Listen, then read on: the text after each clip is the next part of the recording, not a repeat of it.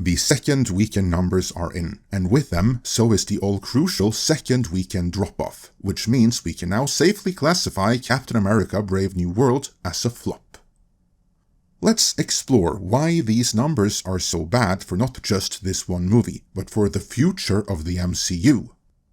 Let's dive in.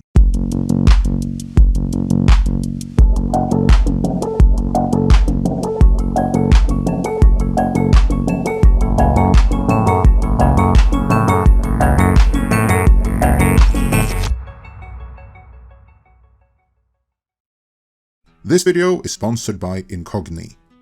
While the opening weekend figure is indicative of any given movie's advance hype, which in the case of this movie wasn't great, as it opened to worse numbers than the eventual flop Ant-Man and the Wasp: Quantumania, it is the second weekend numbers which indicate how the movie is going to hold up for the rest of its run, as this is where you see the impact of the actual word of mouth, that is, how many repeat viewings there are and how many will tell their friends and family that, dude, you have to see this on the big screen. Or alternatively, nah, save your money and wait and catch it for free on streaming.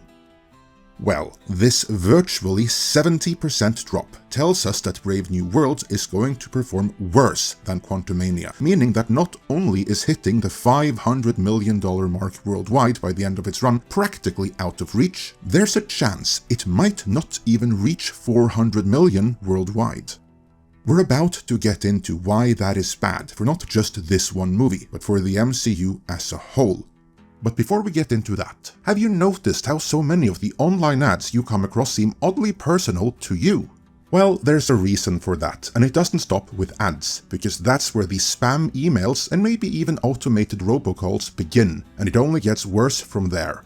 If you ever signed up for a newsletter, a website, or some other service, then chances are your data was resold without you ever agreeing to it. There's a shadow industry of data brokers aggregating, buying, and reselling personal data like your full name, email address, phone number, home address, SSN, shopping habits, online alias, employment history, financial information, and much, much more. And as valuable as that information may be for those trading in it, all you get out of it, of course, is spam, and even that is a best-case scenario. In the US in particular, your data may end up in public search sites, and health insurance companies are known to use some of that data as determinants of health, meaning your documented online activity may actually increase your rates. There is also the risk that your data sooner or later will be leaked in a data breach, where it's made freely available for outright criminals, putting you at additional risk for more targeted scams and even identity theft, where loans may be taken out in your name. The good news, though, is that no matter how they obtained it, you have the right to request that these data brokers delete the information they have about you. The bad news is that there are hundreds of them, and each and every one of them will try every trick to weasel out of deleting your data. And worse still, even if they do, there's nothing preventing them from collecting it again. The really good news then is that Incogni, this video sponsor, can take care of this for you.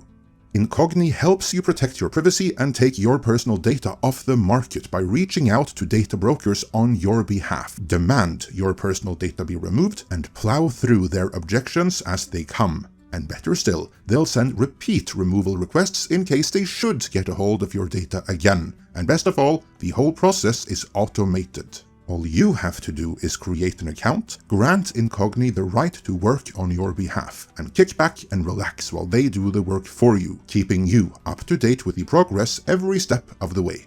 Since this video is sponsored by Incogni, we naturally have a deal for you.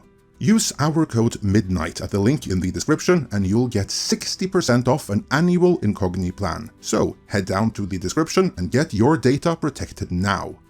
With that, let's shift our attention to just how bad the Brave New World box office is, how it could have happened, and why it threatens the entire MCU, for that is all interconnected.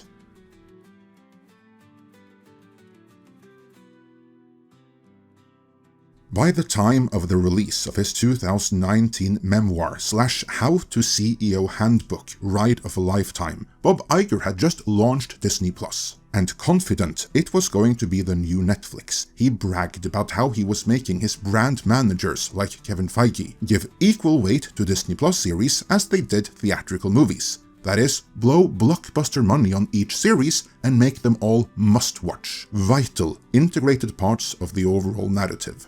The audience first felt this when Doctor Strange and the Multiverse of Madness turned out to be a sequel not to the original Doctor Strange, nor to the just-released Spider-Man No Way Home, but to the Disney Plus series WandaVision. To the surprise of the many audience members who never saw WandaVision, that turned out to be mandatory viewing and therefore homework. So the many who hadn't done that homework were more than a little bit lost, which greatly harmed that movie. While Multiverse of Madness was the first real example of the pitfalls of this Disney Plus strategy, it was far from the most egregious. That honor is divided between the Marvels and, as we're about to see, Captain America: Brave New World.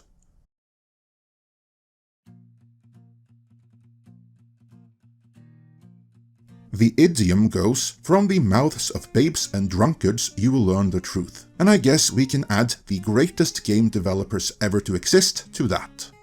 Hideo Kojima, the man behind the original Metal Gear, Snatcher Metal Gear Solid, Zone of the Enders and Death Stranding, to name but a few, took to X to share his thoughts on the movie, and in the process, the big problem with it, saying, "I watched Captain America: Brave New World in IMAX.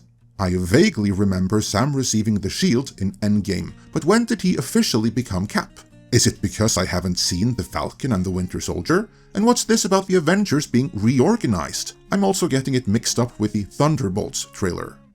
To answer the most pressing of his many questions, yes, it is most likely because you haven't seen The Falcon and the Winter Soldier, which was required viewing for this movie. In fact, that was your most important homework, not just for this movie, but for the upcoming Thunderbolts as well. And many will have felt the same as Kojima, because as vital as that series may have been, in the bigger scheme of things, comparatively few ever saw it. And Disney Plus has lost millions upon millions of subscribers since the series was launched, so the installed user base has actually declined. But it's even worse than that. One whimsical wizard replied, "Exactly, it's a Captain America movie that's not just a Captain America movie. The fact that you have to watch The Incredible Hulk, the Falcon series, and Eternals just to understand the who's and what's of this story is insane. That's too much to ask of the general audience." Indeed, let's take a moment to address just how big an ask this is.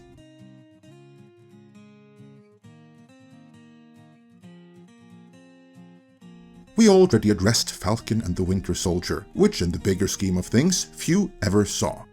The Eternals was a post-lockdown release that also comparatively few ever saw, and even fewer liked, yet it came out 4 years ago. Plot points from here should have been followed up at least 2 years ago already, and don't even get me started on The Incredible Hulk. Now, to be clear, I love The Incredible Hulk. It is one of my personal favorite MCU movies. But like with The Eternals, the story threads it left behind should have been followed up on much, much earlier, a decade ago at the latest. Not now, and certainly not in a movie that is too bogged down with past continuity and homework as it is. Consider The Incredible Hulk was released in 2008. That is now 17 years ago. Let's take a moment to appreciate just how long ago that is. Now, in the year 2025, we are as far removed from 2008 as 2008 was from 1991. To put that into perspective, Captain America: Brave New World is as far removed from The Incredible Hulk as The Incredible Hulk is from the likes of Home Alone, Teenage Mutant Ninja Heroes 2, Hook, The Godfather Part 3, and Thelma and Louise. Hell, if you add a few more months to that, it's practically the same distance in time between Brave New World and The Incredible Hulk as between The Incredible Hulk and the 1990 made-for-TV film Death of the Incredible Hulk, which concluded the 70s TV series Hulk era. That's the gap in time we're talking about here. Now, I'm not saying that they shouldn't have followed up on these story threads. I'm saying they should have done so a decade ago. So why didn't they?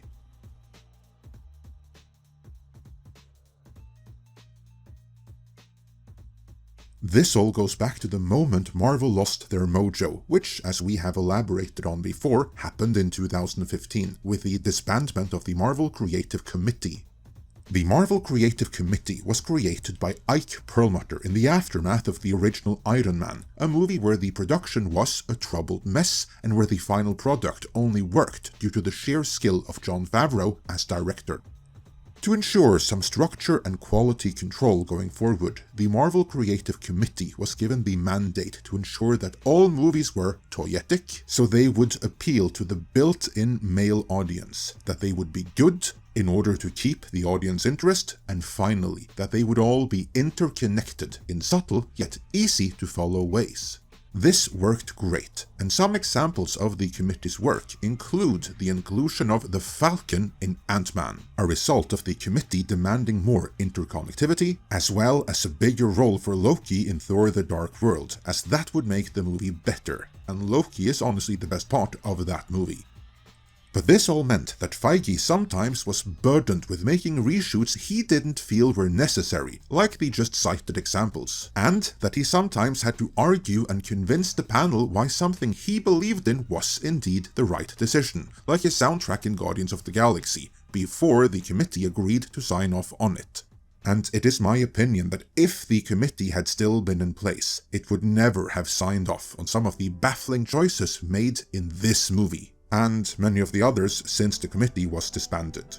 Because alas, the committee wasn't there to demand better, because 1 decade ago, in 2015, Feige was able to maneuver with Bob Iger to get rid of the committee, i.e. to get rid of the checks and balances and the quality control that Marvel had enjoyed up until that point. From 2019 onwards, all the projects the committee had any kind of influence over had been released, and the era of Feige having 100% creative control over everything begun. And without any checks or balances, without that quality control, but with a ton of new Disney Plus content as demanded by Bob Iger, that's when Marvel's decline set in for real, because there were no one there that could push back when Feige decided to skip decades worth of amazing stories from the comics to jump straight into the abominable Marvel Now era, which practically destroyed Marvel Comics. And that has been doing the same for both the movies and the TV series ever since.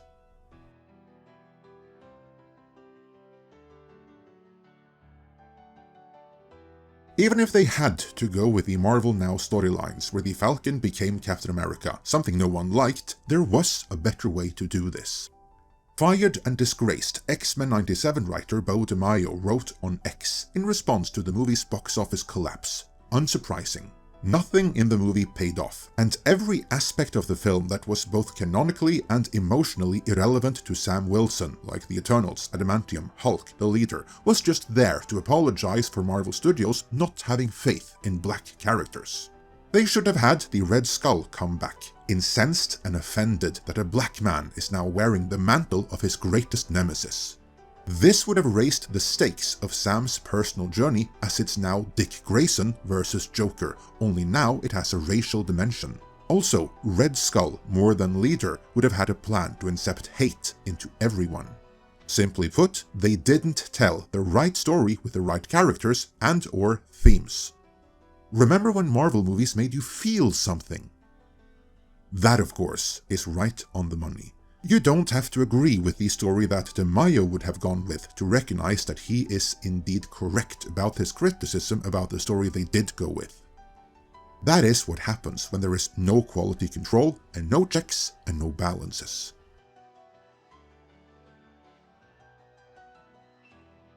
This is indeed the problem facing Marvel going forward. It's not that in trying to make the series as vital and integral as the movies, all they achieved was making the movies as forgettable as the TV series. It's that they have a structural problem which allows too many bad ideas to go all the way and end up on screen, in the process losing sight of the bigger picture, creating a directionless mess, demanding all kinds of homework since they have no real plan.